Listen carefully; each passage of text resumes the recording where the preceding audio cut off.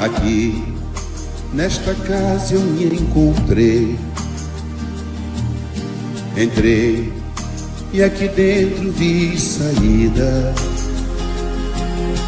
Sim, foi nessa casa de amor que as benesses do labor cicatrizaram minhas feridas.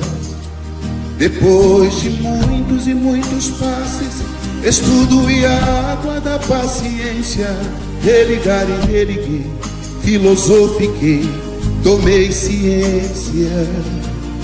Aqui, nesta casa de oração, orei, pratiquei o Evangelho. Sim, foi nesse pouso espiritual que eu conheci a vida real. Rompi de vez com um homem velho. Depois de muitas e muitas preces, palestras e água da fé, religar e religuei.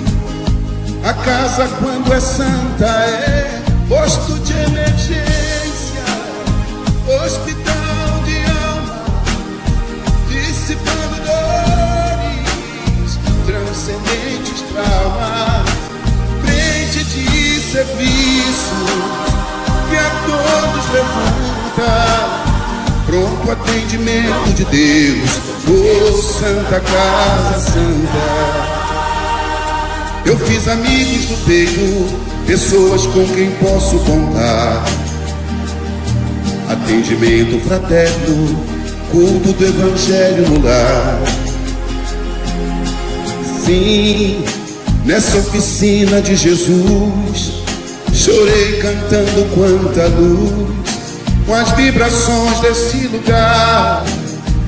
Depois de muitas e muitas quedas, me fortalecendo na fé, religar e reerguer. A casa, quando é santa, é posto de emergência, hospital de alma, dissipando dores, transcendentes traumas, frente de serviços que a todos levanta, pronto atendimento de Deus, oh Santa Casa Santa. Por isso canto e dou graças a Deus,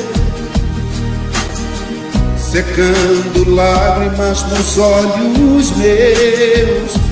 Depois de muitas e muitas preces, palestras e água da fé, religar e reerguer. Toda casa, quando é santa, é posto de emergência, hospital de alma, dissipando dores, transcendentes traumas, frente de serviços que a todos levanta, pronto atendimento de Deus, oh Santa Casa Santa. Posto de emergência, hospital de almas, dissipando dores, transcendentes traumas, frente de serviço que a todos levanta, pronto atendimento de Deus, Santa Casa Santa.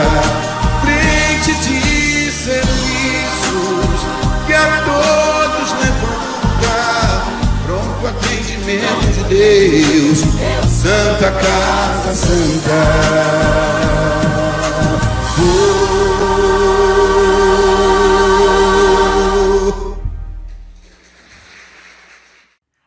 Boa noite, queridos amigos, queridos irmãos.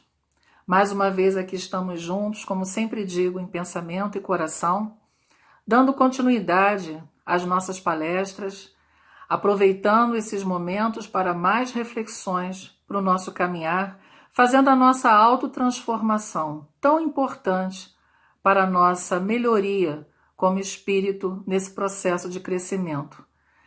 E hoje nós trazemos, lá do Rio de Janeiro, do Centro Espírita Seara Fraterna, casa querida também, a Denise Corrêa de Macedo. Nossa irmã vai trazer um assunto tão importante, o autoconhecimento. Então vamos aproveitar para realmente fazermos nossas mudanças. E como início, como sempre fazemos, nós estamos aqui trazendo hoje do livro Ceifa de Luz, mensagem trazida de Emmanuel para Chico Xavier, que fala, é a lição 55, que nos fala no burilamento íntimo. Bem-aventurado aquele servo a quem seu Senhor, quando vier, achar fazendo assim, disse Jesus. Está no Evangelho de Mateus, capítulo 24, versículo 46. Suspiramos por burilamento pessoal. Entretanto, para atingi-lo, urge não esquecer as disciplinas que lhe antecedem a formação. À vista disso, recordemos que a essência da educação reside nas diretrizes de vida superior que adotamos para nós mesmos. Daí, o impositivo de cultivar-se o hábito de ser fiel ao desempenho dos próprios deveres, de fazer o melhor que pudermos no setor de ação em que a vida nos situe, de auxiliar a outrem sem expectativa de recompensa, de aperfeiçoar as palavras que nos escapem da boca, de desculpar incondicionalmente quaisquer ofensas, de nunca prejudicar a quem quer que seja, de buscar a boa parte das situações e das pessoas, esquecendo tudo o que tome a feição de calamidade ou desonra, de procurar o bem com a disposição de realizá-lo, de nunca desesperar, de que os outros, sejam quais forem, são nossos irmãos e filhos de Deus, constituindo conosco a família da humanidade. Para isso, é forçoso lembrar, sobretudo, que a alavanca da sustentação dos hábitos enobrecedores está em nós e somente vale se manejada por nós. E assim, já envolvidos com essa mensagem, com essas palavras, vamos juntos elevar o nosso pensamento ao nosso querido Mestre Jesus. E é a Ti, Senhor, que já começamos a ser gratos por essas oportunidades que nos são dadas. Senhor, nos envolva, esteja unindo a cada lar neste momento, que está neste momento assistindo, a toda a humanidade, Senhor. Que a Tua luz possa espargir por todos os lugares, fortalecendo aos nossos corações e nossas mentes. E que através dessa mensagem da noite, que nós possamos, mais uma vez, refletir os nossos passos, refletir o que nós precisamos fazer para a nossa grande reforma íntima. Esteja conosco, Senhor. Envolva a cada um de seu irmão. Obrigado por tudo e esteja conosco, graças a Deus. E assim, vamos ao nosso estudo. Olá, a ideia hoje é falarmos sobre autoconhecimento. Essa reflexão interna de cada homem na busca do seu próprio aprimoramento. Vamos buscar em Allan Kardec, nas máximas que foram feitas a partir da fala dos Espíritos. Na questão 919, Kardec pergunta qual o meio mais eficaz para nos melhorarmos nessa vida e resistirmos às solicitações do mal. Os Espíritos respondem: um sábio da antiguidade vô-lo disse, conhece-te a ti mesmo. É uma máxima antiga, grega, que dizem que estava escrita no templo de Delfos. Mais para frente, a linha A da questão 919, Santo Agostinho nos propõe uma forma para nos conhecermos melhor, a cada dia, voltando-nos para dentro de nós mesmos e fazendo uma busca interna de nossas atitudes e uma avaliação mental de como estamos diante da lei divina e da nossa própria consciência. Como fazer esse exame de consciência? Perguntar a si mesmo: qual objetivo você agiu em tal circunstância? Se algo na nossa memória fica lá guardado, e quando fazemos esse movimento interno de busca, ele retorna como sendo um incômodo, né? Nós sabemos que agimos de uma forma que a nossa consciência não vai aprovar e deve ser que isso está contra a lei de Deus. Então, fazer essa reflexão e buscar o objetivo do qual você agiu naquela determinada situação. Perguntar também a si mesmo se isso que fizemos, ou que falamos, ou que aconteceu, se nós censuraríamos em outra pessoa. Se essa pessoa, nós vemos nela algo que poderia ser censurável, talvez também para nós mesmos pudéssemos usar esse mesmo critério. Perguntar também se nós fizemos alguma coisa que não ousaríamos confessar, não contaríamos para ninguém. Então, isso também pode ser um ponto que nos dá uma luz de que estamos contrários à nossa consciência.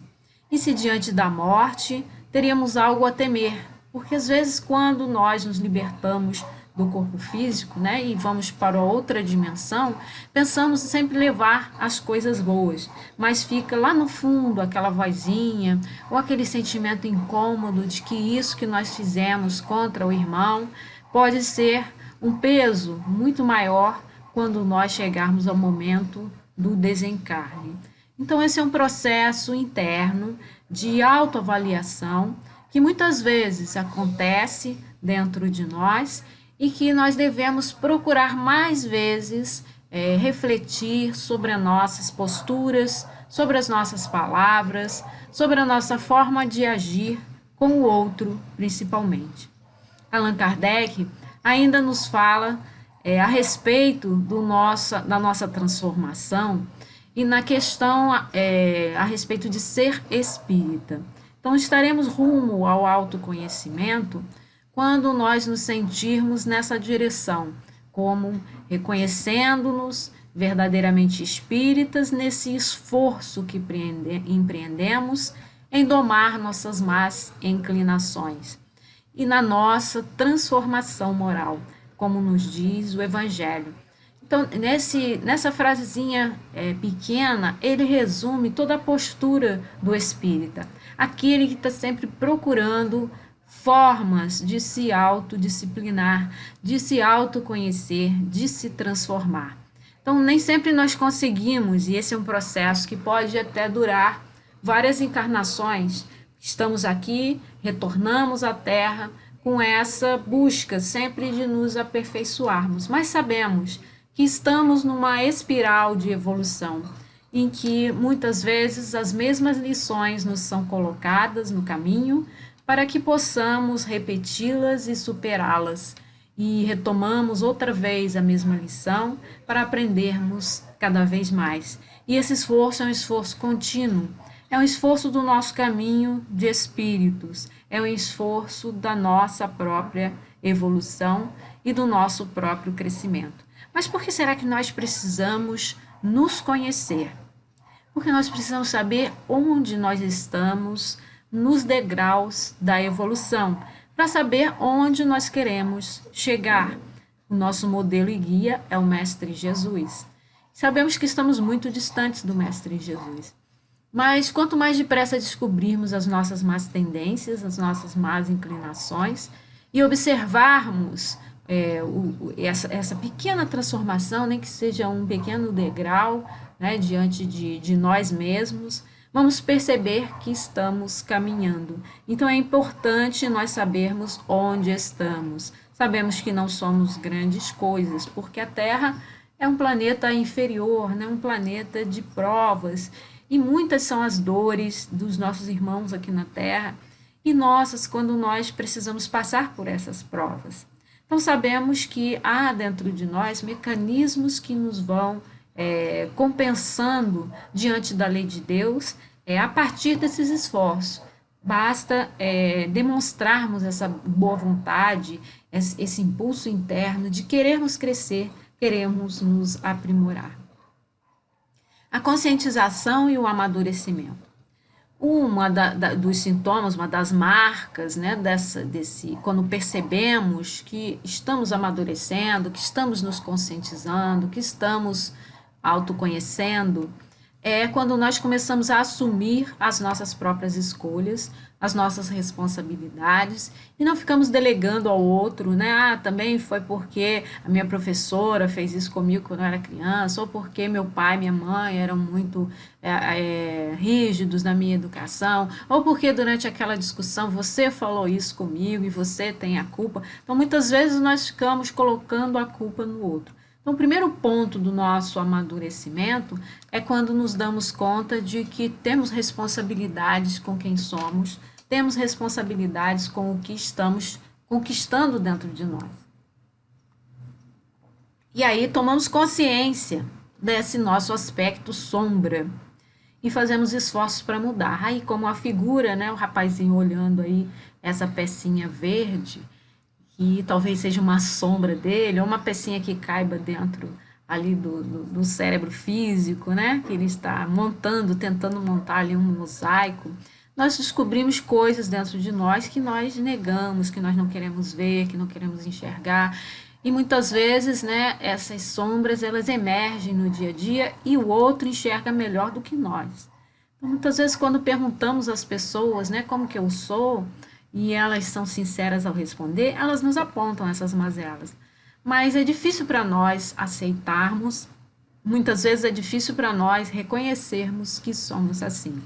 Mas a partir do momento que nós enxergamos as nossas sombras, é preciso ter coragem também de modificar, fazer esforços para mudar. Então, eu sei que eu sou assim, né? Eu sou impaciente, eu sou agressivo, ou eu sou intolerante, ou eu guardo raiva, né? Eu tenho dentro de mim ciúmes. Quando você enxergar essa face sua que é sombria, que é nublada, que você não revelaria a qualquer pessoa, né? Fazer esforços para mudar isso. Já que eu sei que eu sou assim, vou fazer força para não apresentar mais essa característica.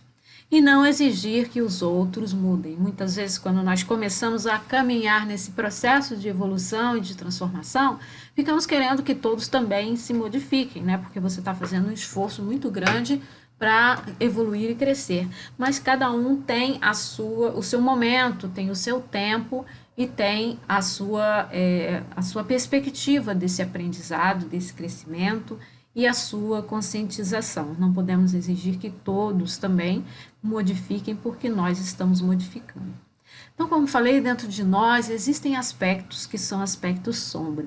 São postulados do Dr. Jung, né, arquétipos criados por ele, para nos mostrar os modelos de como nós somos por dentro, né, como nós somos em nossa personalidade, como nós somos em nossa psique, como nós nos construímos internamente. Então, muitas coisas ficam encobertas, ficam lá na penumbra, aqueles desejos inconfessáveis, né, que nós sentimos, não falamos para ninguém, os impulsos egoístas de guardar tudo para mim, para minha família, de querer sempre, né, tudo em meu nome, o orgulho, a vaidade, a cólera e todas as mazelas, né, os sentimentos desequilibrados e as dores que guardamos dentro de nós. E isso pode levar também a esse posicionamento de nós escondermos, de nós negarmos tudo que há de obscuro dentro de nós, de oculto, não querermos enxergar, né? É como a gente vê no Evangelho a frase falando que é muito mais fácil enxergar a trave no olho do irmão do que enxergarmos o argueiro no nosso olho. Então, isso é porque nós não queremos nos enxergar, nós ocultamos o que somos, muitas vezes nós negamos esse aspecto sombra. Mas quanto mais depressa nós nos enxergarmos com essas sombras, nós nos vermos como somos, na realidade como somos, vamos saber onde estamos nos degraus da evolução e quanto ainda nos falta para crescer e para evoluir. Então, o nosso lado sombra ele se projeta a partir da nossa consciência pelas nossas imperfeições morais. É como se fosse uma vidraça suja, né? Um vitral com desenhos borrados, no qual a luz do sol tenta penetrar e, ao projetar-se no solo, vai gerar sombras. Então, dentro de nós, a luz do espírito plena tenta interagir no mundo, mas como ela é imperfeita ainda, essa janela é imperfeita, né? Ela está suja ou está nublada, ela projeta as sombras. Mas se existe sombra, é porque também existe muita luz do outro lado. Então, nós nos esforçamos para ocultar esse lado sombra. Ele cresce, ele toma força, toma tendência quando está fora da nossa consciência, aquela pessoa, né, que fala que perdeu a cabeça, que agiu sem pensar, aquele que fala que não estava consciente do que falou. Então, muitas vezes, esse lado sombra que ele se revela por nossa própria ignorância de nós mesmos. E é muito desconfortável admitir que você é ciumento, que você guarda raiva, né? É difícil disso. É preciso recorrer a um profissional da área, um psicólogo, às vezes um terapeuta, né? Alguém que você confie, e você vai aos poucos se dando conta do tamanho da sua sombra. Mas não é para desanimar, a sombra é para nos lembrar de como nós podemos nos aprimorar, porque ao lado da sombra também existe essa grande luz. E dentro de nós há potenciais que são conquistas das nossas caminhadas aí como espírito, das nossas encarnações.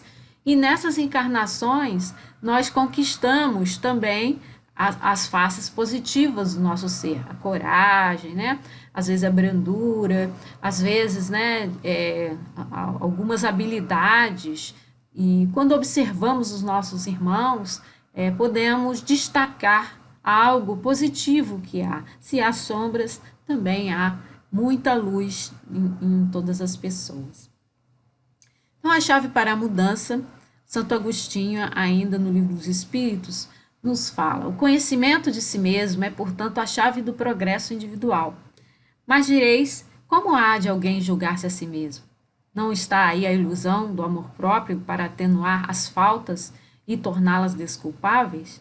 Como nós podemos fazer esse movimento interno de avaliação se nós somos indulgentes conosco mesmos e, quando temos de julgar algo dentro de nós tendemos a atenuar as nossas faltas?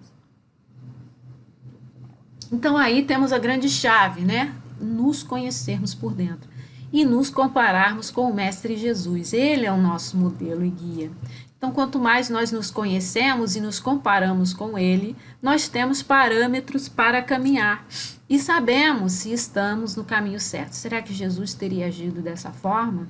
Será que Jesus teria feito isso? Então, ele é o nosso grande modelo.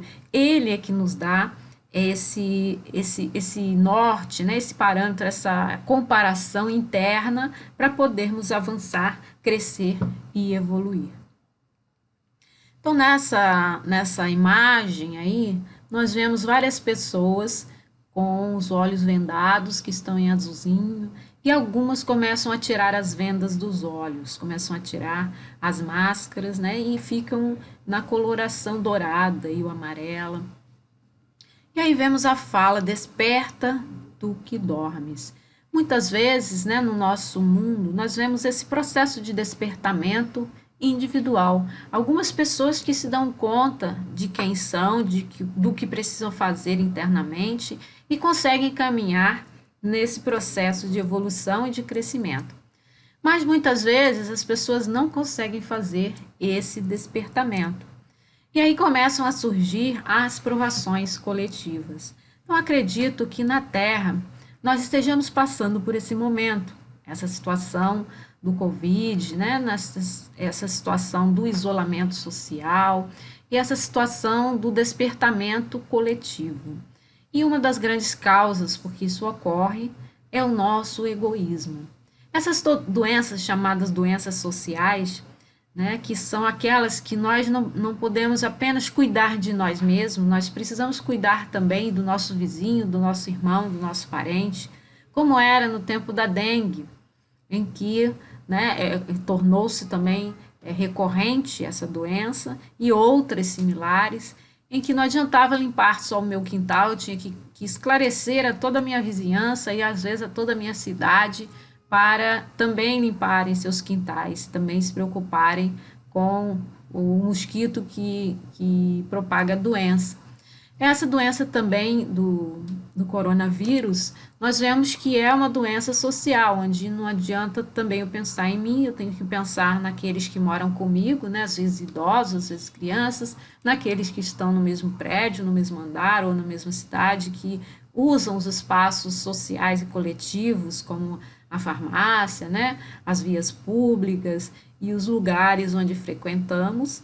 E nesse despertamento coletivo, nós podemos pensar que o homem, nesse sentido de egoísmo, de guardar somente para si, está gerando um câncer na própria humanidade. Porque no corpo, se nós compararmos, né, o corpo cuja célula ela começa a guardar para si, vai inchando, crescendo, né, e formando a protuberância do tumor, ela acaba por danificar todo o corpo, acaba por levar à morte. Então, é assim também na coletividade. Se nós começamos a pensar nesse aspecto da humanidade como um todo, e nesse momento do nosso planeta de despertar uma grande maioria.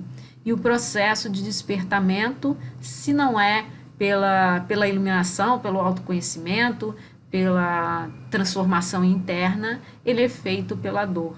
Então, são muitas pessoas que agora estão sendo levadas a observar-se internamente, nesse movimento de isolamento, a ver-se no espelho, a enxergar-se e a compreender o seu processo de crescimento e de evolução.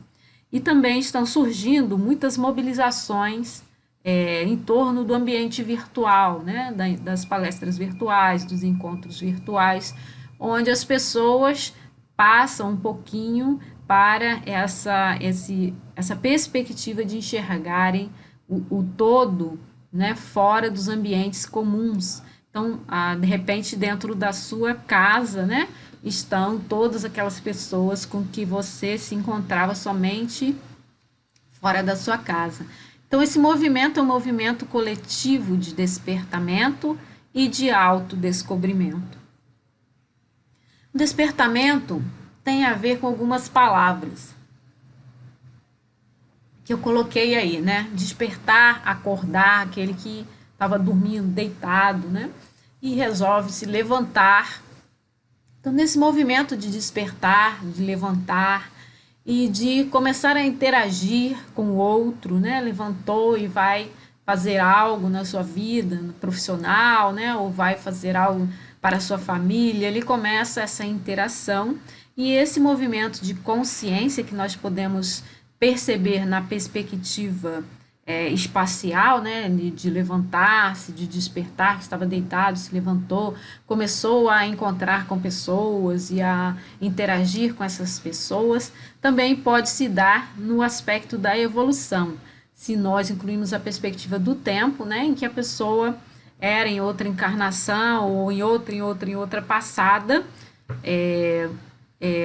ela exercia alguns papéis que se alternam, que se modificam e ela vai aprendendo com esses papéis. Então, a cada encarnação vai despertando um pouquinho mais, vai crescendo um pouquinho mais, vai evoluindo um pouquinho mais.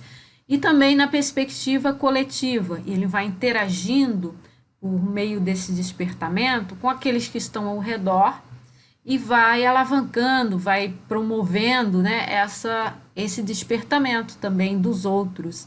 Então, é um processo muito bonito, tanto individual quanto coletivo.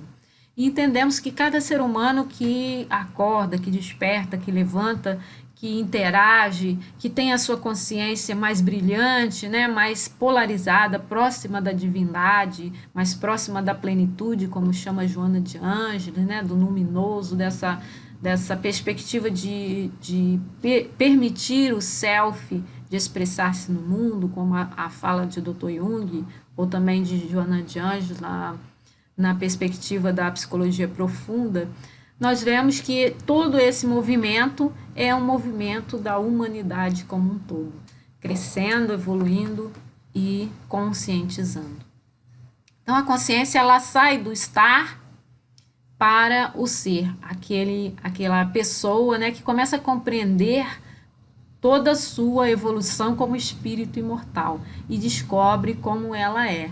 Então ela está encarnada no mundo físico, está no corpo físico, mas ela percebe que ela é algo muito mais grandioso, mais profundo, mais elevado.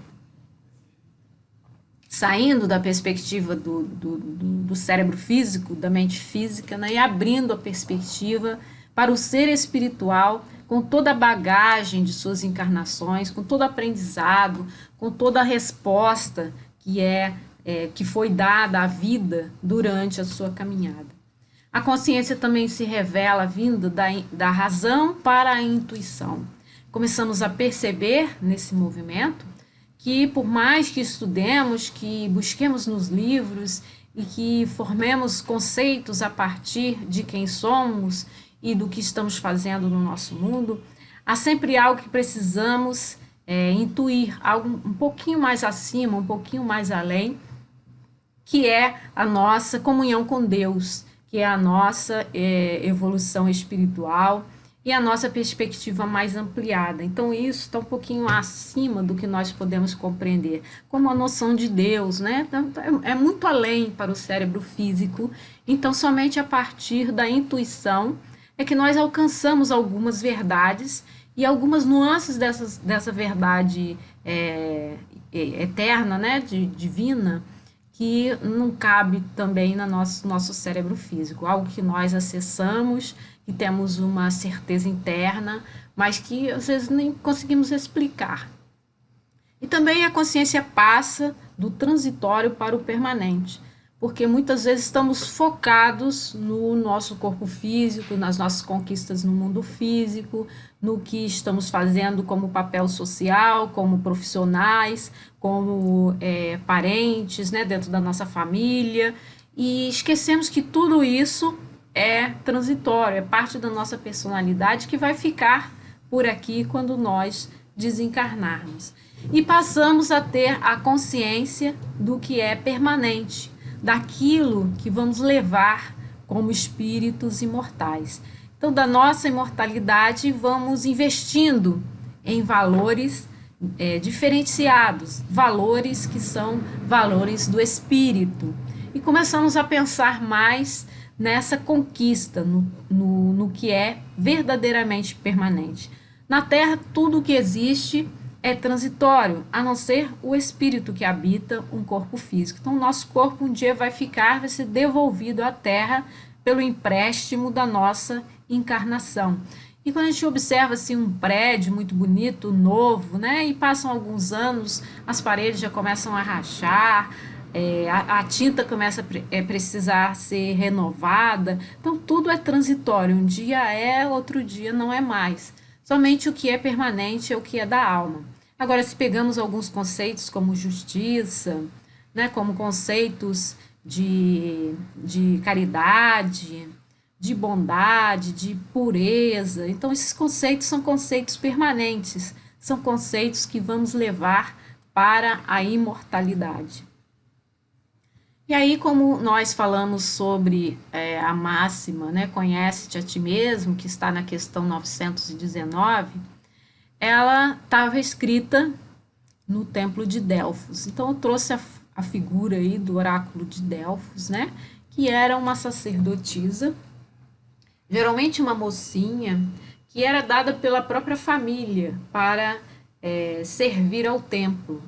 Então, ela era dada como era uma médium, né, que funcionava da seguinte forma: ela entrava num transe, talvez por inalar as fumaças vulcânicas de fendas das grutas onde viviam em sacerdócio, né, em retiro da sociedade, ou talvez por beber ervas. Então, essa daí parece que está inalando fumaça, né? Ela entrava numa espécie de transe mediúnico, né, e começava a profetizar. E muitas pessoas iam aos templos ouvir o oráculo, que era o que elas falavam a respeito dessas pessoas. Então, iam reis, né? Iam pessoas que tinham negócio, saber de suas causas, se iam casar, se não iam casar, se iam morrer, se não iam morrer, que queriam saber a partir do oráculo. E todo aquele que era agraciado com o oráculo, ele saía dali com coroas de louros, né? E em seu caminho ninguém podia se interpor, porque ele tinha sido como que abençoado pelo oráculo. E o oráculo dizia, né, tudo que as pessoas esperavam. Às vezes não era muito claro, mas eram pistas de como a pessoa deveria proceder. Então, isso acontecia no templo de Deus Apolo. E nesse templo aí, que nós vemos agora as ruínas, né, que estavam escritas algumas máximas, entre elas essa frase, conhece-te a ti mesmo, atribuída a Sócrates, a Platão, né, atribuída aos filósofos clássicos gregos. Então, daí que surgiu e daí que os espíritos se referem a essa frase. E é um movimento muito interessante nós conhecermos a nós mesmos. E o primeiro que nós vemos são os defeitos, né, que estão guardados nas sombras e que são mais fáceis identificáveis. E ao lado dos defeitos, nós enxergamos também as nossas qualidades. Então, as qualidades nós precisamos investir nelas, né? Descobrir que nós somos, por exemplo, bondosos, somos delicados, que gostamos de sutilezas, que gostamos, né, de delicadezas, de arte, de música, de algo que venha engrandecer o nosso mundo, que venha nos colocar em contato com a beleza, com a pureza, com a caridade. Então, venha enriquecer o nosso mundo dessas qualidades eternas, né, dessas qualidades que são da alma. Então, isso devemos incentivar em nós mesmos. E conhecer também as nossas sombras, os nossos defeitos, para tentar ultrapassar os nossos próprios limites. Aí eu coloquei a figura aí do centauro. O centauro é aquela figura mitológica da metade homem e metade animal, em que essa figura simboliza essa nossa busca interna. Muitas vezes nós conseguimos controlar o nosso lado animal. O nosso corpo físico ele tem muitos apelos, que são apelos para a manutenção da vida. Então, nós precisamos nos alimentar, nós precisamos beber água, estarmos hidratados, né? Precisamos fazer uma asepsia todos os dias. Então, requer certos cuidados. Mas se nós dermos ouvido só ao corpo físico, se nós formos só cumprir o que é necessidade do corpo físico, nós vamos ficar de preguiça deitados na cama, né? Porque o corpo físico não vai querer agir, porque é muito dispendioso, cansativo agir, pensar ou fazer qualquer outra coisa. Então, quando ficamos servindo apenas ao corpo físico, nós estamos servindo ao eu, chamado eu animal, esse nosso eu mais básico, aquele que tem necessidades impulsivas e animalizadas, como a fome, né? Saciar a fome, os instintos sexuais, a preservação da família, da espécie. Então, isso tudo está nos nossos registros mais antigos, no nosso corpo do subconsciente, né? No nosso campo mental, e isso aflora. E precisamos ter o controle desse nosso corpo animal. Assim também como as nossas emoções, muitas vezes, elas afloram, elas tomam conta, né? A raiva, por exemplo, ou o medo, ou quando sentimos tristeza, são sentimentos que também são construções muito antigas e que nós não podemos controlar completamente. Temos apenas de conhecer os sintomas que eles causam no corpo físico. Então, o medo às vezes paralisa, às vezes nos leva a sair correndo, então ficamos com as faces pálidas, né? Ou o coração dispara, ou as mãos ficam suando, ou a pessoa, né, desfalece. Então, muitas vezes, esses sentimentos, quando eles afloram, né, eles precisam ser conhecidos, conhecer os sintomas para não tomarem, né, o controle do corpo, para gerar patologias como o pânico, né, como a depressão, como essas síndromes que nós vemos hoje em dia e que são muito comuns. Então, não deixar o eu animal, nem o eu emocional tomar conta e confuscar a nossa inteligência, o nosso pensamento, né? Sequestrar a nossa razão e buscar a soberania do eu encarnado aqui no corpo físico. Então, quando no campo do espírito, né, dizemos o eu superior, ele assume esse controle, ele vai revelar a si mesmo mecanismos de autocontrole, mecanismo de autoconsciência e de agir de uma forma mais equilibrada.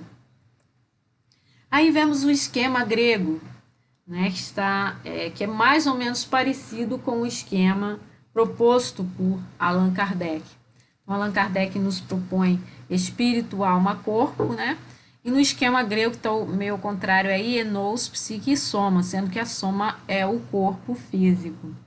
Então, esse esquema nós sabemos que ele compõe o que nós somos. Nós somos essa essência trina. Temos um corpo físico, estamos aqui encarnados, né?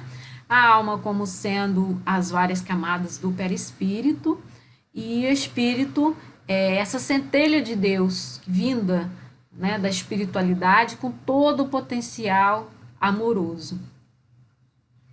E aí nós temos a máxima completa, né? Dizem que a continuação da frase é assim: conhece-te a ti mesmo e conhecerás o universo e os deuses. Então, quando nós queremos olhar para dentro de nós mesmos, aqueles que querem descobrir quem verdadeiramente são e param nessa questão filosófica, quem sou eu, e começam a olhar profundamente para dentro de si, né? Aquele que quer se autodescobrir, ele vai encontrar ali dentro muitas similaridades com os seus irmãos. Então, dá conta de todo o universo, de toda a vida conhecida na Terra, né? De todos aqueles que convivem, que interagem nesse cenário que é o nosso mundo físico, passaram ou passam por problemas muito parecidos, né? E viveram ou vivem situações muito parecidas com as nossas. Então, quanto mais para dentro nós encaminhamos, mais nós temos condição de justificar o outro em suas escolhas, em seus posicionamentos, nessa grande diversidade que é a humanidade. Então, quando nós olhamos para dentro de nós mesmos, encontramos o ciúme, encontramos a inveja, encontramos a impaciência, a raiva, nós podemos entender como o nosso irmão age, como o nosso irmão também é internamente.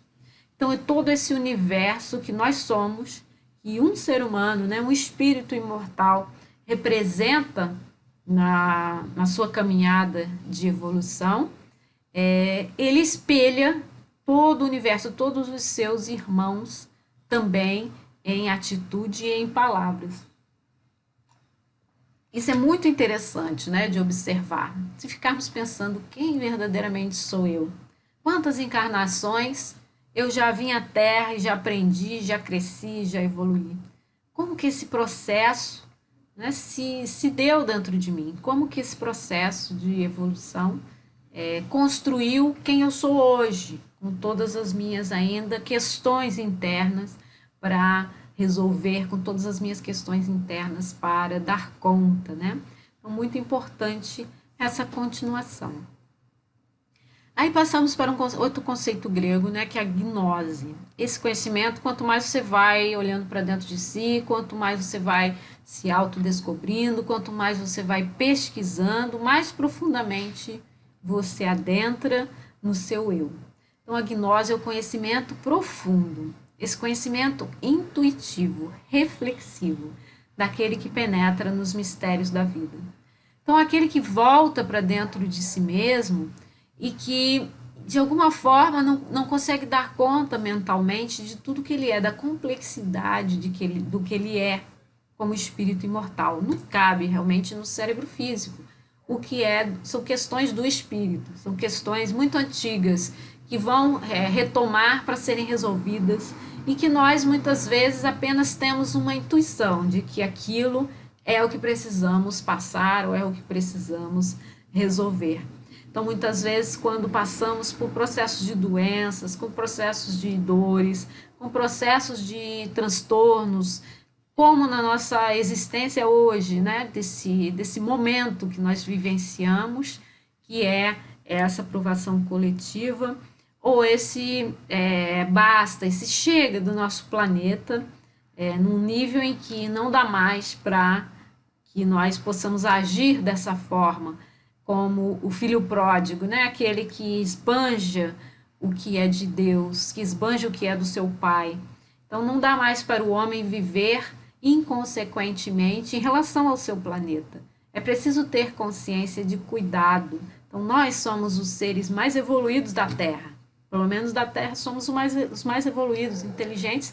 Temos de ter uma forma de conviver com o planeta, cuidando do planeta, né, da nossa casa, nossa morada, como humanidade. Temos de ter menos egoísmo e cuidarmos daquele que está do nosso lado, que nos estende a mão, que pede ajuda, né? Isso é ter esse conhecimento profundo de quem nós somos e enxergar essa amplitude do ser humano espelhada no outro. Então, isso muitas vezes nos vem por reflexão, muitas vezes nos vem por intuição. E é também um movimento de despertamento. E aí é o nosso palco da vida, onde nós interagimos com os nossos irmãos, né? No sentido de usarmos máscaras e fantasias. São posturas nossas que nós trazemos para essa interação. Não é a máscara, né, do Covid para tapar a boca e o nariz, não. Essa máscara aí são as nossas personalidades para agirmos no nosso mundo. Então, muitas vezes, nós entendemos melhor isso quando levamos para o lado profissional, né? Aquele que tem a postura profissional, que ele usa um jargão profissional, que ele, até as vestes, né? Até as roupas ele modifica quando ele está sendo aquele profissional ao qual ele se formou. Isso é uma máscara social construída para dar a característica daquele profissional. E muitas vezes nós precisamos tirar a máscara da mãe, né, ou do pai, ou do filho, colocar a máscara do profissional, do professor, do médico, do advogado, para interagir na sociedade. Mas essas máscaras também são máscaras boas, são arquétipos bons que nós construímos na nossa vida e que nos alavancam, que nos dão subsídios para agirmos de forma plena. Mas algumas máscaras que nós colocamos são máscaras nessa interação com o outro, né? Em que, por exemplo, aquela pessoa que está sempre amargurada, que está sempre com o senho franzido, que não fala nem bom dia, né? Então ela coloca aquela máscara introspectiva, fechada, para dizer: não falem comigo, não me procurem porque eu estou muito ocupado, sou uma pessoa muito importante, né? Então essas máscaras que nós criamos para nós mesmos e que precisam se desmanchar, porque são máscaras de orgulho, são máscaras de vaidade, são máscaras de egoísmo e que realmente não tem fundamento continuarmos com essas máscaras se nós queremos enxergar quem somos em essência e queremos expressar essa essência ao mundo que é pura e plena. Então, esse movimento de tirar essas máscaras que nós usamos às vezes e que não representam mais o que nós somos em essência, são apenas, né, aspectos da nossa personalidade, a qual nós usamos para interagir com a vida e para encontrarmos um meio de convivermos com o outro.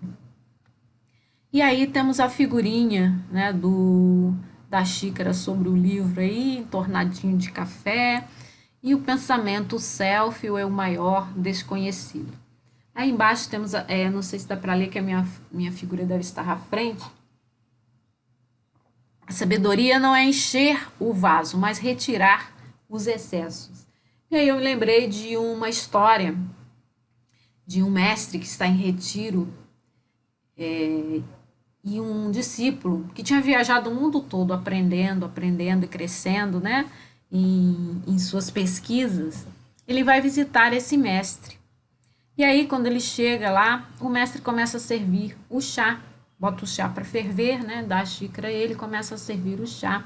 E ele vai falando por onde ele passou, tudo que ele aprendeu e todas as suas conquistas daquele processo que ele estava de busca de sabedoria. E aí o mestre começa a servir o chá e ele está falando. O mestre deixa a xícara transbordar. Aí queima a mão dele. Ele fala: ô mestre, que isso? Está queimando a minha mão, aqui está entornando tudo o chá. Aí ele fala assim: você não veio buscar nada comigo, porque a sua xícara está cheia. Você não tem como aprender se a sua xícara está cheia de conhecimento, né? Então isso reflete. Hoje em dia as nossas buscas são no Google, né? São na internet. A gente procura tudo rapidamente e tem ali uma informação. E tem muita informação chegando, né? Se a gente abre, tem noticiário, a gente busca cursos, tem milhares de cursos, milhares de coisas acontecendo ao mesmo tempo em que nós não damos conta. Então temos informação aqui, informação ali, informação aqui, e isso não faz uma reflexão interna, não dá um tempo para nós fazermos a reflexão interna. E essa face nossa do eu maior, ela se torna desconhecida. Ela nunca vem à tona, porque está ali muito cheio de informação e você ocupa o seu tempo todo com essa informação e acaba por perder o que é essencial, o seu self, seu espírito imortal, a razão pela qual você veio ao mundo, né? A questão que é do espírito que você veio resolver nesta encarnação. Você perde isso de vista por causa das inúmeras informações que chegam e você quer dar conta de tudo. Não vamos dar conta dessas inúmeras informações que chegam, não vamos conseguir, né, acompanhar tudo que acontece no nosso mundo. Antigamente, o jornal demorava 24 horas para ser impresso, para chegar à casa de uma pessoa, para a pessoa ler a notícia.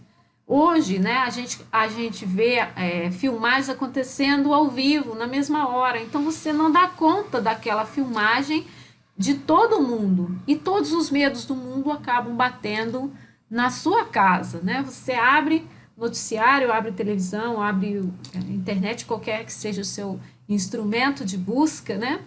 E ali tem todos os medos do mundo, todos os medos que as pessoas projetam ali, as imagens de violência, as imagens de descontrole, né? De aflições, tudo aquilo vem a crescer e somar aos seus medos. E você não tem tempo para ouvir o seu eu interno. Então é preciso momentos de silêncio, momentos de reflexão, de voltar ao eu superior, né? Aquele andar superior da casa, como diz André Luiz, né? Sair do primeiro andar e subir, botar uma escada e subir para o andar superior e ficar pelo menos um tempo lá refletindo sobre essas questões que são questões filosóficas da própria existência, quem eu sou, né? O que eu vim fazer na Terra, qual é o meu projeto espiritual, o que eu combinei no plano espiritual com os meus mentores e que vim resolver aqui no mundo. E aí o movimento de libertar-se, né? Libertar-se no sentido de revelar ao mundo essa face mais bonita, virtuosa, essencial de nós mesmos, que às vezes está oculta, que às vezes está guardada e que nós não nos permitimos revelar ao mundo. Então, muitas vezes, esse aspecto nosso, esse aspecto do ser humano, pleno de luz, né, pleno de paz, nós não conseguimos mostrar, porque estamos tão ocupados com tantas outras coisas que estamos tendo que dar conta no nosso mundo. Não paramos para refletir, não nos autoconhecemos e não expressamos o que temos de melhor dentro de nós. E acabamos por perder, né, a nossa essência. Então, libertar-se é expressar as virtudes essenciais ao mundo, o que há de melhor dentro de nós, né, dentro do nosso coração. A esperança que está lá no fundo, aquela vontade de servir, a fraternidade que você quer exercer, aquele trabalho que você queria fazer voluntário e que nunca dá tempo de realizar, né? A busca da literatura espírita para se conhecer melhor. e o tempo para refletir sobre esses ensinamentos. Então é quando nós conseguimos libertar o que há de melhor dentro de nós. E aí, olhando para dentro de nós, nos deparamos com essa questão, né? Qual é o sentido da nossa vida? E há uma questão também filosófica. O que eu estou fazendo nessa estrada da vida, né? Casado com essa pessoa, tenho tais filhos, nasci desses pais, tenho essa profissão. E por que isso tudo está acontecendo, né? Então, muitas vezes, nesse movimento de autodescobrimento, nós encontramos também o sentido maior, que é o sentido espiritual, para a nossa vida. Então, saber quem nós somos é esse segredo que está dentro de nós, que nós vamos descobrindo. Eu sou assim, eu gosto disso, isso me eleva, isso me enaltece, isso me põe em contato com a minha alma, então eu vou preservar isso. Então, às vezes, uma música, né, uma música clássica, daquela que toca fundo no coração, naquela que muda o seu estado, você fica alegre, né? De repente, bota o Mozart para tocar e aquelas flautinhas, aqueles arranjos, né, vão tocando profundamente o seu coração, daí a pouco você está sorrindo, né, todo o seu campo perispiritual está ressonando com essa música e está vibrando segundo essa criação que é genial, né, e são tantos os autores clássicos que nos trazem esse sentimento, modificam o nosso campo de sentimento. Então, esse olhar para dentro que me enaltece, às vezes ver um quadro, né, uma pintura, ver assistir a um bom filme, o que seja que enaltece realmente, cozinhar para os outros, né, nesse momento em que estamos mais reclusos dentro de casa, descobrir esse viés nosso de culinária e cozinhar com amor, né, muitas vezes isso dá um sentido maior à nossa vida, isso aflora a nossa essência espiritual. E descobrir esse mistério da unidade com toda a nossa humanidade, todos aqueles que estão ao nosso redor, de que todos também estão nesse mesmo processo. Uns antes, outros depois, uns passam por isso mais vezes, outros menos vezes, outros se incomodam mais com essas questões, outros se incomodam menos, mas todos estão passando por esse mesmo processo, que é um processo humano, né? E nos torna irmãos, todos irmãos, nesse mistério da unidade, daquilo que eu passo hoje e amanhã o meu irmão também vai passar. Então isso amplia o potencial interno nosso de amor. Aí vou falar um pouquinho desse autor, Viktor Frankl, que ele ficou famoso por ter escrito um livro no tempo da guerra, em que ele esteve preso, né? Numa das prisões judias, em que eles sofriam tortura e tal, e ele, nesse período, ele diz que só sobreviveu porque ele tinha um propósito que era rever a sua esposa. E ao sair dali, como ele era psicólogo, e tem um livro a partir disso, que é O Sentido da Vida, muito, muito bonito. Então, ao sair dali, ele cria essa logoterapia, que é a terapia do sentido de vida. E ele diz que a pessoa que não tem sentido em sua vida, aquele que não se conhece, que não sabe que tudo que acontece com ele é o mesmo processo que acontece com o seu irmão, e ele não tem um propósito, seja ele, né, evoluir, crescer, ou seja um propósito mesmo no mundo físico, né, desenvolver-se profissionalmente, ou ser um pai ou uma mãe melhor, ou agir no mundo de forma caridosa, mesmo que não tenha nenhum aspecto religioso, se ele não tem nenhum desses propósitos na sua vida, ele fica com um profundo esvaziamento do seu ser, e a falta desse sentido gera nele o que ele chama de coisificação. Aquele que usa as pessoas como coisa. Ele não tem empatia pelo outro. Ele não enxerga no outro o que tem as mesmas necessidades que ele tem. Então começa a agir nesse que a figura expressa aí, né? A pessoa que só pensa no que o outro pode nos servir, né? Aquele vai... eu vou chamar aquela pessoa para fazer isso para mim, ele pode me servir isso, aquele pode fazer isso para mim, aquele pode fazer aquilo outro. Então ele nunca pensa no que ele pode servir aos outros. Ele só pensa no que aquela pessoa pode servir para ele. E nós vivemos hoje no nosso mundo esse processo. A maioria das pessoas desconhece a si mesmo nesse sentido, age egoisticamente, sem empatia e por meio dessa coisificação, né? Então, são aqueles que ele chama do analfabetismo emocional, que gera a coisificação e que gera a culpa. Então, são várias experimentações feitas a partir dessa empatia, né, da leitura das emoções no outro, e como passar isso para as crianças para que elas não fiquem, né, nesse processo de egoísmo e de desidentificação com o outro. Então, também é uma questão que sai do âmbito individual e passa para o âmbito coletivo da nossa humanidade. É esse sentido de usar, né, as pessoas e não compreender como elas também estão em evolução. E aí vemos, né, um exemplo também, uma figurinha bem interessante do egoísmo do nosso mundo, aquele que está de sombrinha, né, perguntando, e talvez ele esteja até perguntando o que a senhora acha do egoísmo, né, no nosso mundo, e muitos outros, não só nesse sentido aí, vemos talvez um jornalista, né, um entrevistador, mas também, às vezes, outras profissões, outras situações em que temos tudo para nós, né? E imaginamos que estamos separados do outro, que a dor do outro não nos afeta. Enquanto continuarmos a pensar assim, nessa coisificação, nessa separação, no egoísmo, nessa grande ilusão de acharmos que nós, estando felizes, né, sozinhos, vamos alcançar a felicidade, enquanto em cima da dor do outro, às vezes à custa da dor do outro, do sofrimento do outro, enquanto vivermos separados desse sentido de união, de comunhão, como humanidade, né, do que somos, vamos continuar, né, no planeta de provas, sem evolução.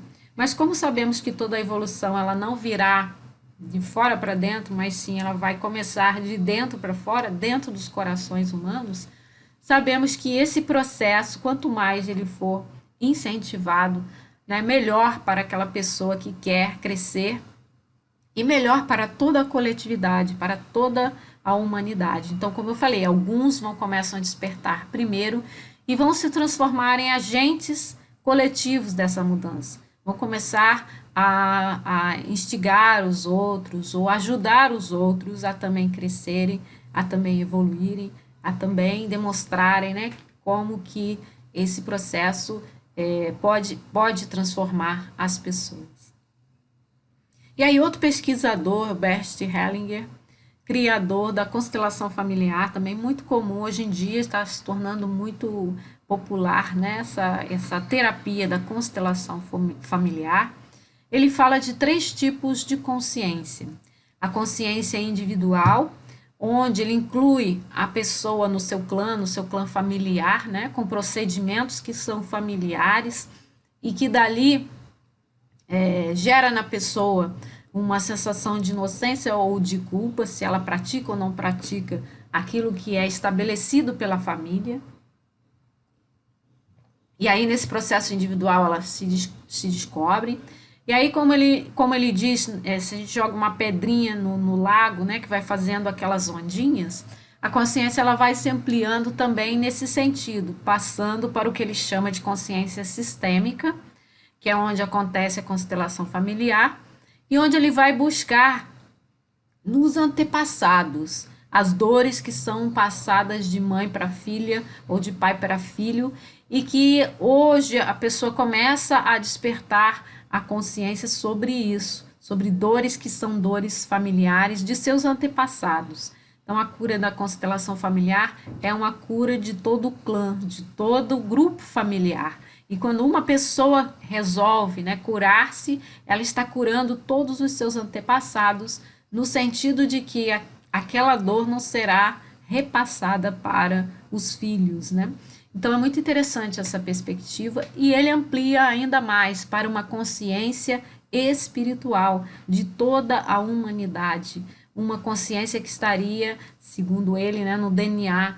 É um assunto muito interessante em que eu ainda estou pesquisando e que tenho gostado muito de ler sobre e de estudar. Então, bem interessante essa postura do Bert Hellinger. E aí, finalizando já, temos algumas frases de Joana de Ângeles. O autodescobrimento se torna uma necessidade prioritária na programática existencial da criatura, está no ser consciente. Então, é uma necessidade primordial, é aquilo que nós precisamos fazer quando estamos encarnados na Terra. Porque quanto mais nós descobrirmos quem somos, né, mais teremos pista de quem fomos antes e do que precisamos tratar em nós mesmos. Então, é uma necessidade que é uma necessidade espiritual da alma, né, de crescer e de evoluir e que está na nossa programação rumo à plenitude. Então, Joana de Ângeles nos diz que nossa meta é a plenitude. Então, está na nossa programação como criaturas humanas, né, como seres imortais, buscar esse crescimento e essa evolução. E ela diz em O Homem Integral: o homem possui admiráveis recursos interiores não explorados, que lhe dormem em potencial, aguardando o desenvolvimento. Então, muitas coisas que nós não enxergamos dentro de nós são apenas sementinhas, né? São os vermes em potencial do que nós podemos ser amanhã se nós enxergarmos esse potencial e se nós investirmos nesse potencial e desenvolvermos esse potencial. Então, são forças internas, né, que nós só descobrimos quando, às vezes, situações da vida nos levam a experimentar essa nossa força interna, né? Então, um potencial como de coragem, um potencial de altruísmo, o potencial da nossa vontade, né, de desenvolvermos a nossa vontade, potencial de caridade, de delicadezas, né, que descobrimos em nós mesmos. Tudo isso está aguardando que nós voltemos as nossas lentes para o nosso coração e vejamos o que tem lá dentro de bom para ser revelado ao mundo.